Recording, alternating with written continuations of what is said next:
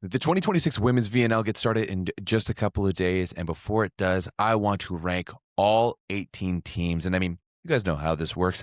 I will be ranking the teams into the ultra tier, the super tier, the hyper tier, the mega tier, and the thanks for participating tier, courtesy of the wonderful Ronnie Cuban Spike. And if you want to know why those tiers are like that, no idea why ultra, super, hyper, and mega are just arbitrarily put out there. Ask Ronnie Cuban Spike, a wonderful member of the Discord. And essentially, these tiers are going to translate into title favorites, title contenders, playoff hopefuls, long shots, and the relegation race. Now, I've already done a breakdown on all 18. If you haven't checked it out, I encourage you to go do so. And because of this, I'm not really going to break down my thoughts too much. I'm not going to go in depth. I'm going to give a little spiel on every single team, and that's about it. We're going to try to keep this short and sweet, okay? So as always, I'm going to be doing this in alphabetical order from B to U. And once again, these are just my thoughts. So if your feelings get hurt, let me know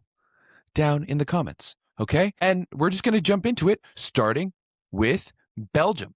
And now Belgium, very young team. It's a very, very young team. And while they do have a decent amount of depth and a decent amount of scoring power, they're still figuring out the VNL, right? They kind of got unjustly ousted a number of years ago when they had won more matches than Korea had won sets. But still, that was back in the core team days, and Korea couldn't get kicked out and Belgium was knocked out. So they're still kind of figuring it out. As I mentioned before, this is a very, very young team, talented team, but young, and I still think there's a little bit of maturation to do there. So I will be putting them into the mega tier. Next up, we have Brazil. Once again, Brazil is an absolute powerhouse, and the Brazilian women actually have the most VNL medals out of any team. 4 is the most medals any country has won. However, they have never won gold. Never won gold. They came so close last year, losing to Italy in the finals. And I mean, they only lost 3 matches all of last season, all of them to the Italian women. And the Italian women might not all be there, right? The stars might not all be there. Whereas Brazil, on the other hand, they are bringing the roster, they're bringing the entirety of the team. So I'm going to be putting Brazil in the title favorites tier. It would be a big surprise to me if they weren't in the finals, an even bigger surprise if they didn't make the semifinals. So I think they're going to be gunning for gold this year in 2026. Next up, we have Bulgaria. And man, Bulgaria is in a bit of tight spot. As I've mentioned, they are the lowest ranked team in this tournament, coming in 25th in the world. They've lost pretty much all of their veterans from last season. They've got a brand new coach who is, in my opinion, a little hit or miss, and they're going to be relying on a very young and unproven core. They were on the lower end of this tournament last year, and that was with some veterans. They won't have them this year. So I think Bulgaria is going to be in the relegation race. I think they're going to be fighting for their lives, and 1 or 2 wins may be all it takes for them to stay in this competition. Next up, we have Canada. And now the Canadian women were another team that struggled last year in the VNL. They went 3-9, but this year it is a much different story. You got year 2 of Guidetti. You've got all of those young players who really matured last year, and you've got all of the stars back. Back in past years in 2023 and 2024, Canada was really pushing to make those playoffs, and I think that is what they're going to be doing this year. Again, I think they are going to be playoff hopefuls, and with a little bit of luck, we will be seeing them play in Macau at the end of the VNL. Next on the docket is China, and China is hands down one of the youngest teams in the tournament, still fielding a number of teenagers on their roster. Is going to be chock full of like 7, 18, and 19-year-olds, especially with all of the injuries they've got on. But they've proven time and time again they are one of the best developing nations in the world when it comes to women's volleyball, and I really think they are about to jump into a really, really strong generation. So I'm going to put them into the super or the title contenders tier. Now, do I realistically think they are going to be contending for a title? No, I think they're a little bit of a dark horse. However, I think they're pretty much a lock to make the playoffs and maybe potentially win a quarterfinal game, depending on who they have on that first round. Next, we have Czechia, and Czechia surprised a lot of people. Next, we have Czechia, and Czechia surprised a lot of people in the 2025 VNL. And this is a roster that has depth, that has firepower, and I honestly think after going 5-7 last year, they're ready to kind of spruce things up a little, to really push to make the playoffs and really put a show on for us. I think it's going to be a tough battle for basically anyone to make the playoffs this year, especially with some of the rosters we're seeing out there. But I do think that, especially coming into week 3, Czechia will still be in the mix of things, battling for one of those few last playoff spots.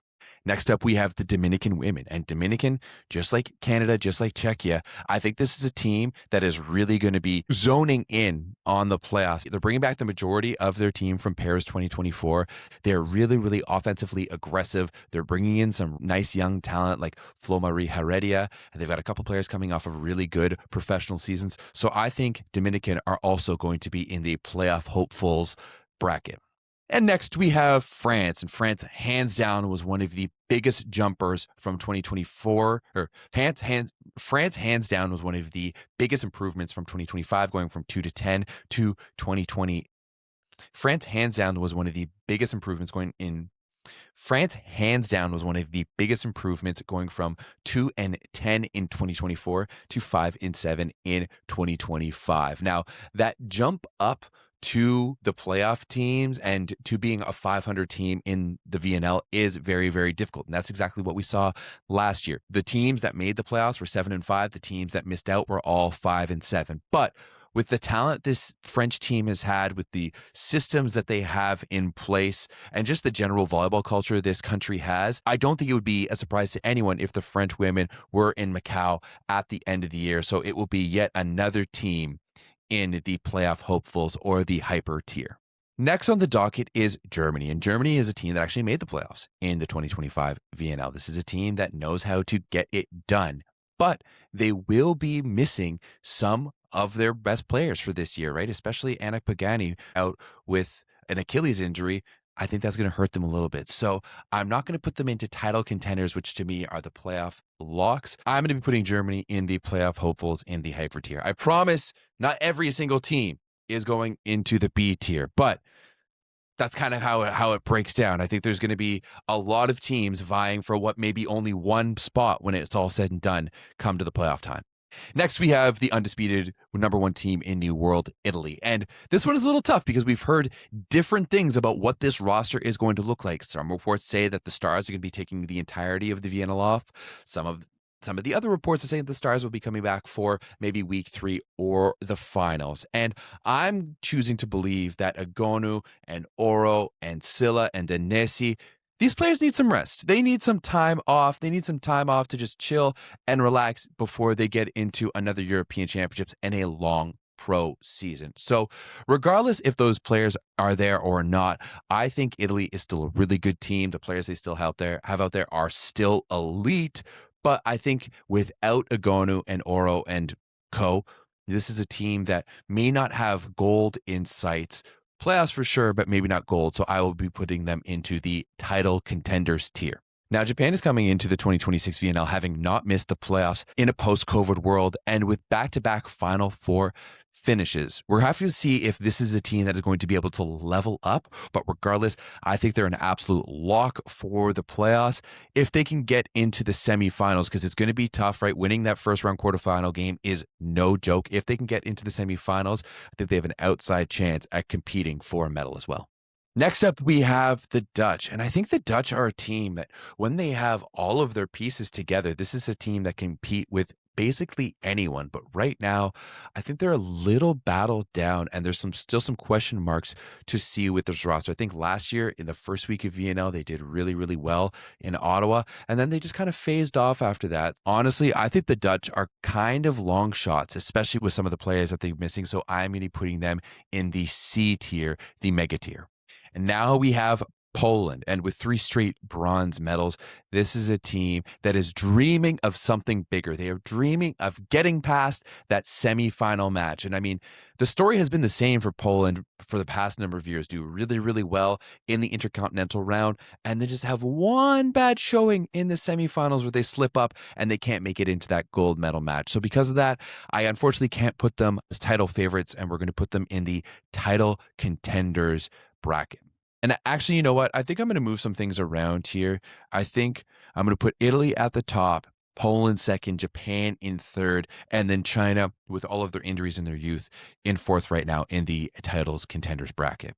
Next, we have Serbia. And Serbia, man, when they have their players, they are world class. But when they don't have their players, it is a little scary. And considering we're not going to see Boskovic until week 3 when they host at home, I think those first 2 weeks are really going to dictate how well this team is going to do. So I think it is a long shot that we see Serbia in the finals come July.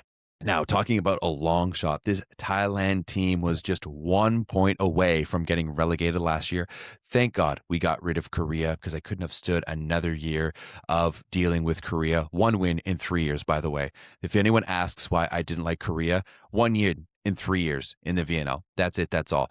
But this Thai team, I think, is going to be in a tough spot, especially without Chachuan. So they're really hoping they can pick up a win or two. So I'm going to be putting them in the relegation race alongside Bulgaria. Next up, we have Turkey, and Turkey, like many teams, are going to be resting some of their players earlier on in the tournament, but it looks like week 2, when they're going to be hosting in Ankara, is when the stars are going to show up. And I talked about it in the preview. Turkey has not really won anything since that first year with Santarelli and Vargas, all the way back in 2023. And after that narrow loss to Italy last year in the World Championship Finals, I think this is a team that is hungry for gold. They want to get back onto that winning path before they can go and compete for an Olympic spot at the end of the summer. So I think it's a no-brainer. Turkey, one of the best rosters in the world with some of the best talent in the world.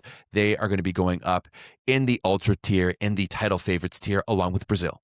Next, we have Ukraine, and Ukraine is a brand new team to this competition, right? We don't really know what they're going to look like, and I'm not going to sit here and say I've watched them a lot in the European Gold League or at the World Championships, and they don't really have any big-name players who be in big leagues that I watch on a regular basis. Because of that, conservatively, I will be putting Ukraine in the relegation race in the thanks for participating tier, because for them, a win is staying in the VNL, especially with everything that is going on in their country right now. A win for them is being alive in the VNL next year, and everything else is just a pipe dream. But because they're ranked higher than both Thailand and Bulgaria, I'm going to put them a little bit higher up on that list. And finally, we finish off with the United States of America, and this was a very, very young team in the VNL last year, right? Eric Sullivan brought a lot of young players, and this year, it's a little different. They've got some returning Olympians. They've got some returning stars. They have a little bit more firepower and a little bit more of their identity. And because they're already the hosts, this is the biggest event for them, right? They're not looking forward to the Continental Championships like pretty much every other team in the field is, because the NORCECA Championships, doesn't really have the competition that gets them ready for the World Championships and the Olympics, but also they're already qualified. So it's not that really big of a deal for them. So for them, winning needs to be done here, and how they learn to win needs to be done right now. Because of that, I think they're going to be gunning for a semifinal berth and a podium spot. But I can't put them as title favorites yet. I know in the past, with how good the American teams, I would have, but with still a little bit of a lack of identity, still a new coach, still some young players and some figuring it out, I'm gonna be putting them in the title contenders tier. And you know what? We're gonna bump them up just ahead of Japan. I think that's a good spot. And this is pretty much how I see it. I'm actually going to reorganize things here a little bit. We'll put France ahead of Czechia. Of course, Canada. I'm biased. Come at me. I don't care. That's how I feel. Netherlands, I think they're going to be ahead of those guys. And yeah, that looks pretty good. Now, this is pretty much how it looks. I think there's about 7 teams that are pretty much playoff locks, the same teams that have been there year in and year out. And you've got 5 teams who are going to be jostling for that last position, for that 8th spot. You've got 3 teams that are just kind of in the middle, and then 3 teams who are going to be in the bottom trying to stay alive. At the end of the day, if Italy doesn't add more players to the roster, right? If they don't end up with Agonu and Oro coming in, I do think we're going to see probably Brazil and Turkey in the finals. But who knows? What do you guys think? Do you think this is going to be the case, or who do you think we're going to see in the playoffs and in the VNL finals? Let us know below, and make sure you give this video a like.